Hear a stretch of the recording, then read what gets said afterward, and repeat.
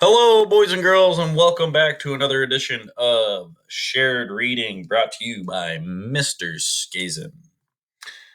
All right, today we are going to be reading a very interesting story.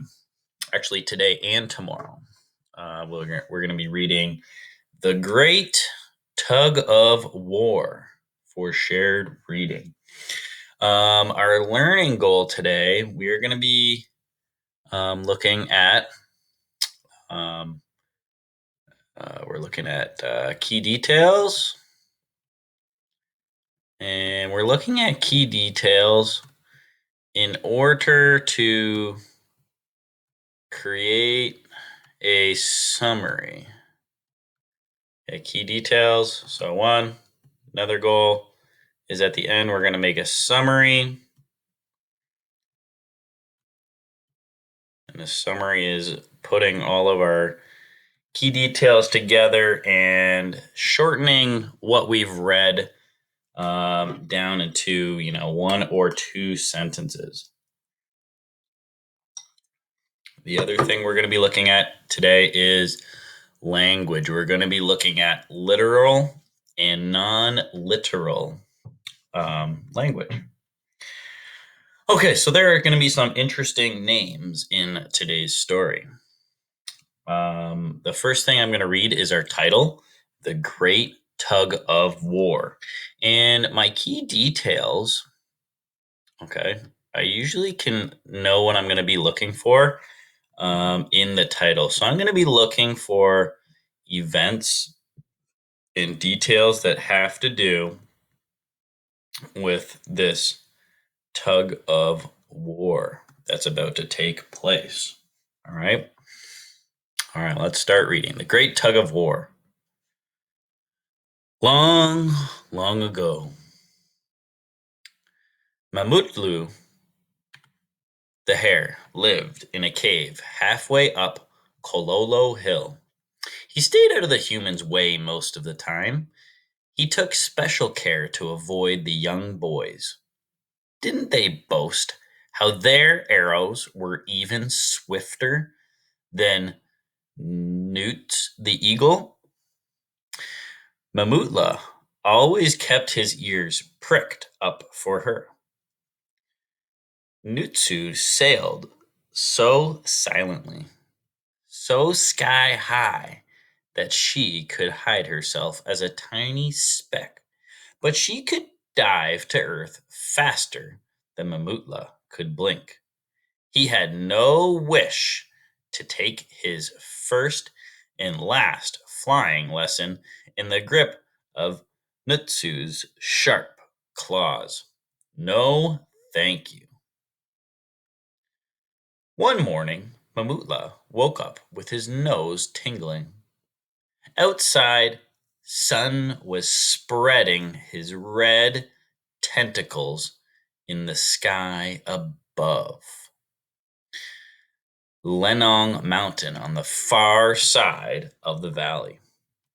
So here we have our first example of some non-literal language.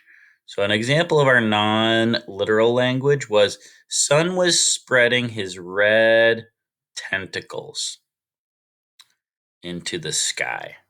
And the reason this is non-literal is because we know that the sun, it doesn't actually have tentacles. It doesn't have tentacles like an octopus that reaches across the sky and wiggles around. All right. So that's an example of non-literal language. But if we look at our picture, it does kind of look like, and if we look outside on a sunny day, it does kind of look like the sun's rays could be tentacles, but they're not actually tentacles. Okay, so it's an example of our non-literal language. The color quickly drained out of Moon's dark cloak. Mamutla sat watching her stars fade away one by one. He listened to the early morning sounds around him. He heard a twitch here, he heard a tweak there. Some birds twittering, a sudden skittering, nothing unusual, nothing he couldn't handle. Mamutla set off, scrambling over rocks, down into the gray-green bush in the long veld grass. He was heading towards the water hole and those tender green shoots that sprouted near the water. He was leaping to the bottom of Kololo Hill when creak, crack, crash. A marula tree plunged towards him.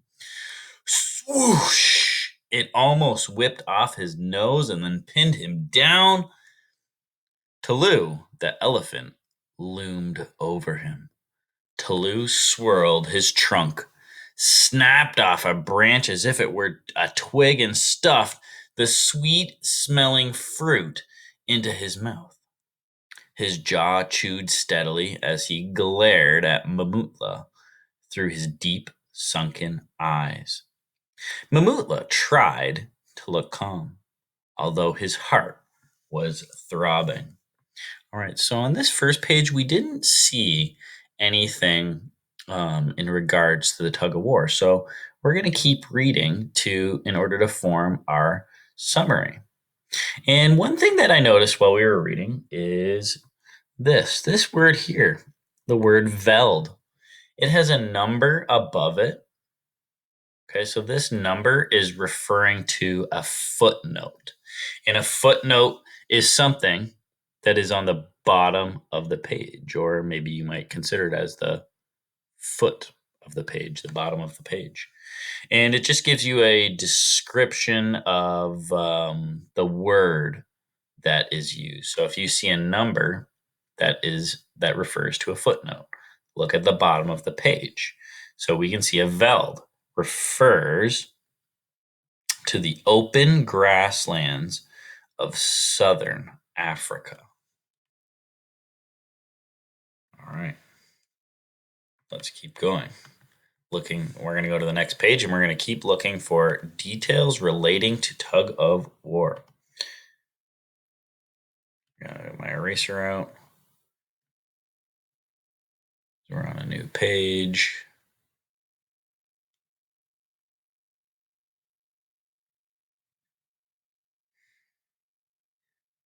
Okay.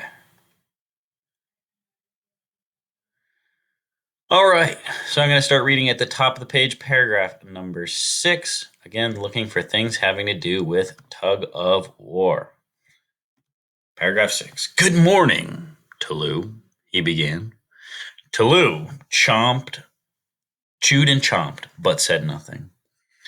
I said, good morning, Taloo, Mamutla shouted. Swish! Taloo waved his trunk in the air and raised one of his feet so that it hovered just above Mamutla's nose. What do you want, Pipsqueak? No one interrupts my breakfast. No need to be rude, Taloo. Just because you're biggest, you think you're the strongest? If we had a tug of war, I could beat you any day. All right. So we've just heard our first reference to tug of war and our first key detail, right? So here we have Mamutla challenging and saying, I could beat you any day. So he's challenging Taloo. All right. Well, Taloo was so surprised that with one mighty sweep, he lifted up the morula tree so that he could see Mamutla more clearly. You pipsqueak. Poosh! The elephant blew out a trunk full of air. It would have blown the little hare sky high if he hadn't jumped aside as quick as a tick.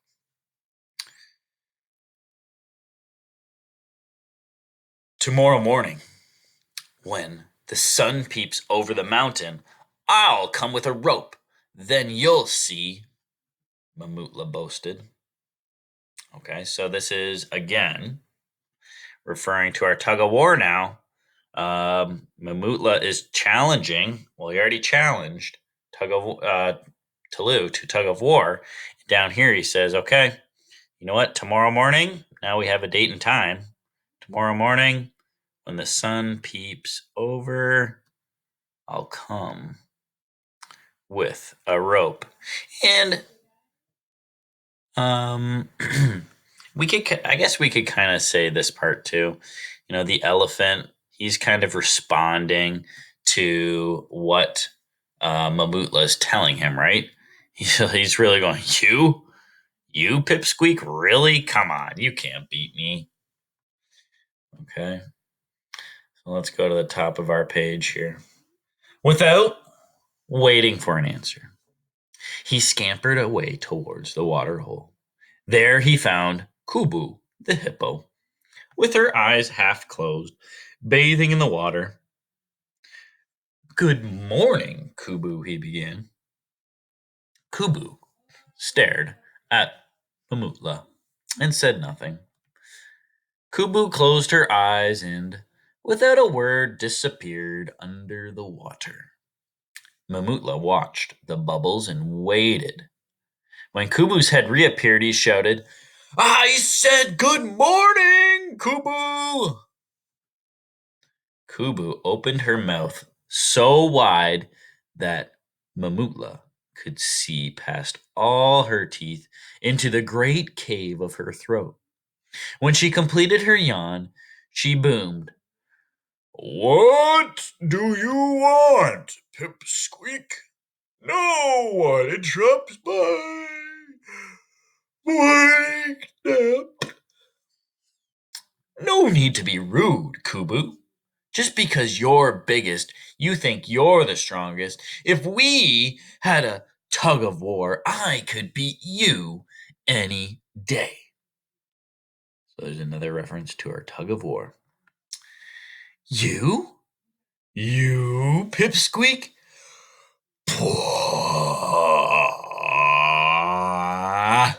The hippo spluttered, a mouth full of water. It would have drowned the little hare if he hadn't jumped aside as quick as a cricket. Okay, so another reference to our tug of war. Okay. We have Mamutla, challenging the hippo. Okay. So just because you're the biggest, you think you're the strongest. If we had a tug of war, I could beat you any day. And here's our same thing with our elephant. Our hippo says, "You really, Pipsqueak? Come on. I'm a hippo. You're a bunny. You're not going to beat me." All right. So now we can kind of form our summary of what we read about so far in the tug of war. So let's see if I can get my tools over here. And let's make our text box. And I'm going to make our summary. And for our summary, we're going to put our key details about tug of war together. So, you know, we're looking at all these things we've read out of all these paragraphs. We've highlighted our stuff that had to do with tug of war. Now we're going to put it together and be able to retell, this part of the story very easily. So when we look back at our first key detail, we can see Mamutla. Maybe make sure I get the right spelling here. Mamutla.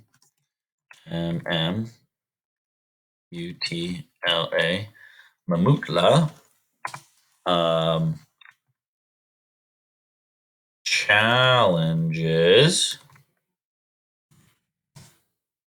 So let's make sure we put Mamutla the hare challenges flew the elephant to a tug of war, right?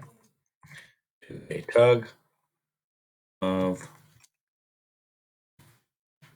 war. And really, when is the date? The date of our tug of war contest is tomorrow morning. So Mamutla the hare challenges Talou the elephant to a tug of war contest. And we learned the contest will be tomorrow morning at sunrise. And then when we look on our other pages, we see what else Mamutla does. Mamutla also challenges Pubu the hippo to a contest of tug of war. And we can also say Mamutla thinks that he is the strongest. Okay, so there's our summary. So we were able to retell the events that took place and summarize our key details about tug of war into what? 1, 2, 3, into 4 sentences. So we took 4 pages and we summarized it. So we did a quick retelling of our key details. That is what a summary is. All right, boys and girls, we are going to finish this story off tomorrow, and we are going to continue to look at the key details, summary, non-literal, and literal language. Okay, we will finish the story tomorrow. See you tomorrow.